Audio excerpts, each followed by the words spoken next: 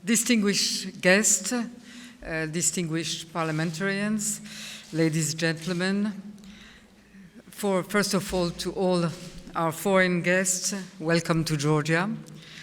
And I want first to congratulate the McCain Institute and the Economic Policy Research Center for keeping this tradition and holding what is the 5th anniversary of the Tbilisi International Conference. I'm very honored and pleased to host here you all, the Institute representatives and the distinguished participants to this conference this evening. John McCain's legacy extends far outside the United States. His life, his work, was a proof of John McCain's patriotism, integrity, and commitment to truth. I'm proud and thankful, as are all the Georgians, that John McCain chose Georgia to vigorously advocate for our country at all political levels, at difficult times, and that within and outside the United States. If not his efforts, commitment, and support, we would not have the chance to advance rapidly in some of our reforms. Holding the International Conference in Tbilisi was and continues to be the powerful expression of his legacy. We all remember how in 2008, John McCain, then running for president, paused for a moment to express his solidarity with that brave little nation defending itself against a mightier, nuclear-armed neighbor. His expression, "Today we are all Georgians," resounds to this day. He, again and again over the years, reiterated his support for Georgia's territorial integrity. John McCain understood and shared our pain. For that, I want to thank him where he is and thank you all for being here as a testimony for this lasting solidarity. It was a pain, it is a pain and a tragedy that is endured by the Georgian population for now 11 years. 11 years of occupation that, sometimes we forget that, followed 16 years of first open and then frozen conflicts. Not much has changed at this time, except that now 20% of our territory is still occupied. The administrative line is being shifted continuously and crossing points closed for mundane reasons, obstructing freedom of movement for the population living in Abkhazia and Trin Valley region. All our citizens there suffer human rights deprivation, lack of adequate health services, prohibition for some of education in native Georgian language, as well as for others, restrictions to teachings in Abkhazian or Ossetian languages. We also are witness to intensified ethnically targeted violations against what is now a very small Georgian minority in the enclave of Gali. Citizens living on our side of the administrative borderline in villages that have been partitioned are kidnapped, ransomed, and in some cases tortured or even killed for not having respected a border that has no legal existence. The Geneva international discussions are stalled. The incident prevention mechanisms are rarely successful in solving technical issues. Both instruments are marked with constant walkouts as soon as important issues are raised. This summer has somewhat showed the limits of this statu quo, with June 20 and what was the spontaneous reaction of the Georgian society and an expression of its deeper and wider frustration. I think that no society, especially its youth, can remain placid in front of a situation that is frozen, a dividing line between our citizens and what is an open wound that cannot cicatrize. We see that the situation is getting more volatile, more provocations, more hostage-taking, more incidents, which could at any time escalate. Our responsibility is first and foremost to avoid escalation and not to give in to provocations. Georgia's answer to occupation has been twofold. First was to keep open all the alleys to future reconciliation and reunification. We need to continue to find ways to look for a peaceful solution.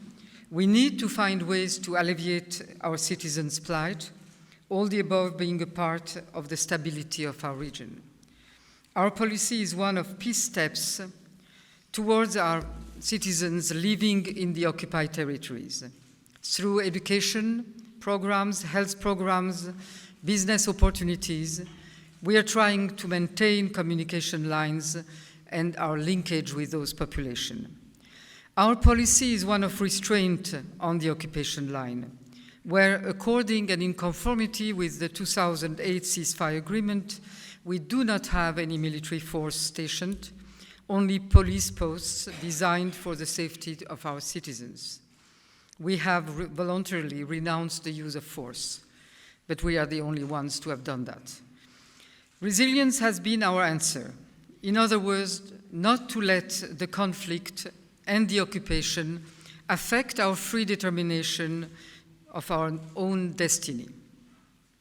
European and NATO integration paths have been our answer. Economic development and an almost 5% growth has been our answer.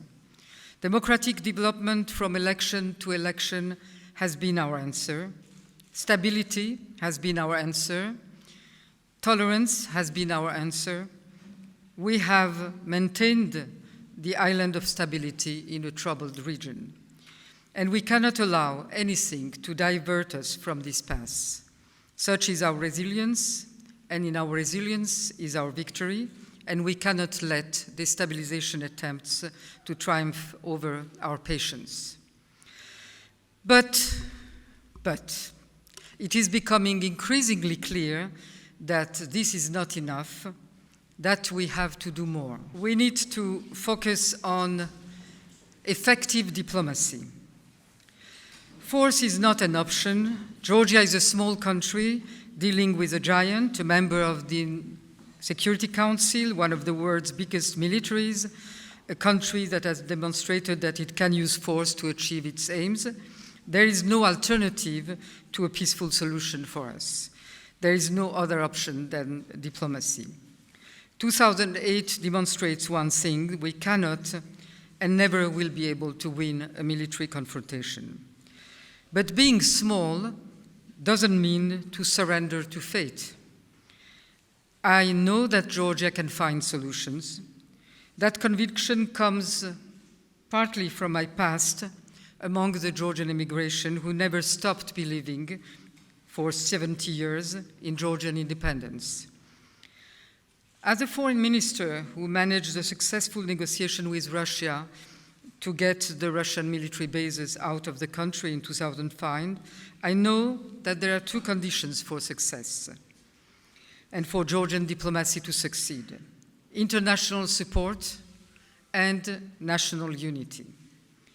We therefore need to work in two directions.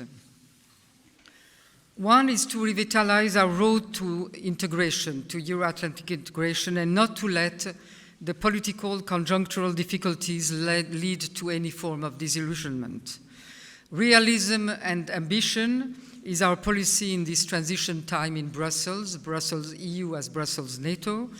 We understand the objective difficulties or reasons for lack of major decisions, both in the alliance and in the EU, but we know that these reasons are not linked to Georgia's deficiencies or lack of progress.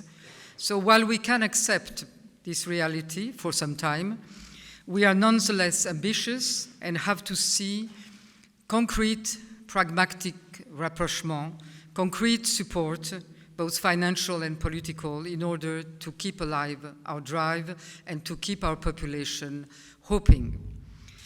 We also have, and that's what effective diplomacy is about, to engage more actively our partners in the conflict resolution issue. Since my election, I've been actively working through my contacts and visits in order to put back Georgia on the map and in the minds of all our partners in order to go beyond mere declarations recognizing our territorial integrity, this is not enough. Effective diplomacy is more. Hence the call to reinvigorate the Geneva format and restore the political dimension that it had and has been since lacking. In order to enter the discussion on substance, it should become a political discussion at the level of ministers, at least, and not an experts' discussion. We have to make it a format for solving the conflict, not for managing it. Hence the call to our partners to restore the Georgian issue in all their bilateral or multilateral discussions with Russia, formal or informal, reminding Russia of its commitments under the ceasefire agreement, in particular, de-escalation on the ABL, allowing the UMM to monitoring the whole region. We should start with that. Additional formats can also be imagined. For example, why could the United States or the EU not appoint special representatives for Georgia and for the Georgian conflict in addition to their envoys in Ukraine? And many other things that all of us can imagine, and we have to let the imagination work.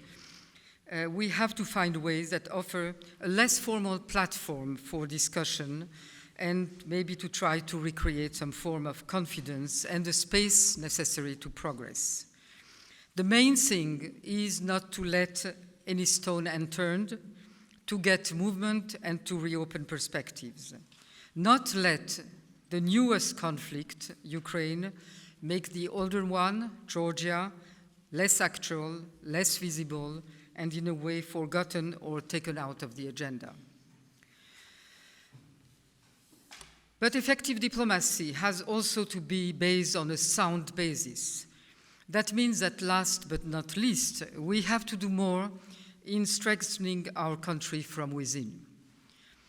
Representatives of ruling and opposition parties certainly talked about the future of Georgian democracy earlier today. I'm sure you've heard distinct opinions on the current developments in the country, and that's very healthy. So the sides fundamentally probably disagree on many things, and criticism is a Georgian favorite. I believe we all want one thing, which is to build a better future for our children. This better future should be built on democratic values, on economic prosperity, on social security. For that, we also need to remain true to our oldest values.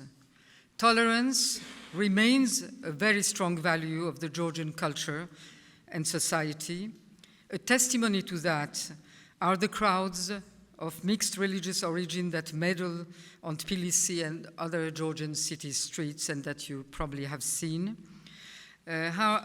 Also, testimony is the fate of ethnic minorities in this country that are benefiting of absolute cultural and language rights, or the unequaled 27 centuries of Hebrew and Georgian friendship, or the very fact that Georgian hospitality for the 1,500,000 Russian tourists that have come last year has not been altered by the war and the occupation, and no incident has been reported, which puts to rest the Russian so-called security preoccupation used to justify recent restrictions on air travel. But we need to extend this virtue of tolerance not only to the others, but to practice it between ourselves and in politics, and that's not easy. For the major challenge today is domestic. It's internal division, polarization. We're not the only ones to have that issue. Issues that are difficult to deal with for older democracies, but are destructive at the stage we are in our democratic development. We have thus to focus not on what divides, but on what unites. The aim of restoring Georgian sovereignty on its territory through a peaceful settlement, the goals of Euro-Atlantic integration, and the pragmatic steps to be taken in those directions are the things that should unite us today. Change is difficult. Change takes time. I consider it one of my personal challenges or aims to lead and drive the Georgian society out of the remnants of the Soviet mentality. Consolidation of and respect for our institutions is one way forward in that direction that will increase stability and confidence in the state as a whole. One day, Georgia will have to go through a truth and justice process in order to regain control over its past and history and give to future generations a solid historical ground on which to build the future. But that time has not come, since such a process today could be more divisive than favoring unity. So we should now concentrate on the immediate future. Try to make this coming electoral year one of competing political platforms and not of mutual assaults. The society is tired, needs to see future perspectives and not be dragged in internal endless confrontations. The media scene is witnessing transformation and not reduction, as it sometimes is unduly presented. It is important that this transformation, apparition of new channels, gives the possibility to agree on a decency code, seize self-restriction against hate speech, fake news, and concentrate on a common fight, since no society can enter elections without being given the possibility to be informed and not disinformed. As the President of Georgia, I have called for reconciliation from my very first day in office and from my inauguration speech, and I've continued since and will continue. I've made a point not to answer any personal attacks from any side, to refrain from any interference in political battles, and I'm ready to provide a neutral platform for all parties and the society at large, whenever needed, where to openly discuss through our differences and jointly move towards solving our existential bigger problems. I'm also ready to associate our foreign partners, you, in these processes if need be, since you can give sometimes the guarantee of impartiality that we still need, unfortunately, in order to trust each other. We have a challenging road forward, both inside and outside. But I'm convinced of one thing, that at the end of that road lies the Georgia that we all Georgians have dreamt about and are dreaming about. We will live to see a strong and prosperous Georgia, and you will live to see that Georgia too. Thank you very much.